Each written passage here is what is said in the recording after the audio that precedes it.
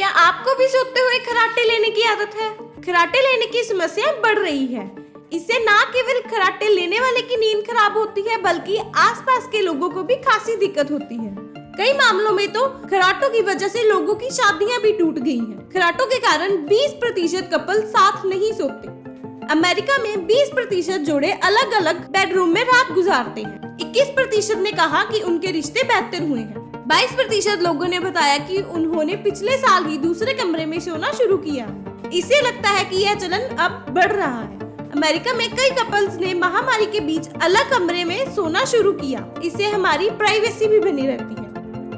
ऐसी ही और जानकारियों के लिए हमारे वेल मीडिया चैनल को सब्सक्राइब करें और फॉलो करें। धन्यवाद।